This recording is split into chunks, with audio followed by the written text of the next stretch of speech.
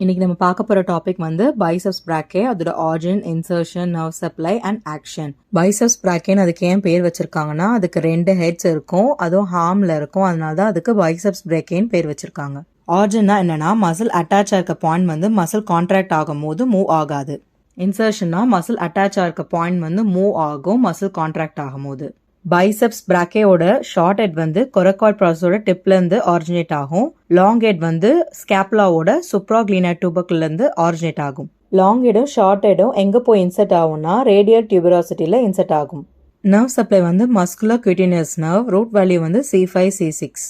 இப்போ இந்த மசிலோட ஆக்ஷன்ஸ் பத்தி நம்ம பார்க்க போறோம். இது வந்து ஸ்ட்ராங் சூப்பினேட்டர் சொல்றாங்க. அதாவது நம்ம பாட்டில் வந்து காக் ஸ்க்ரூ வச்சு ஓபன் பண்றோம் இல்லையா, அதெல்லாம் இந்த மசில்ஸ் மூலியமா தான் நம்ம பண்றோம். நெக்ஸ்ட் எல்போல பாத்தீங்கன்னா எல்போ பெண்ட் பண்றதுக்கு ஹெல்ப் பண்ணும். அதுதான் நம்ம எல்போ ஃபிளெக்ஷன் சொல்லுவோம். இந்த மசில் வந்து நம்ம அப்பர் ஆர்ம வந்து நேரா முன்பக்கமா தூக்குறதுக்கு ஹெல்ப் பண்ணும். அதுதான் ஷோல்டர் ஃபிளெக்ஷன் சொல்லுவோம். தேங்க்யூ.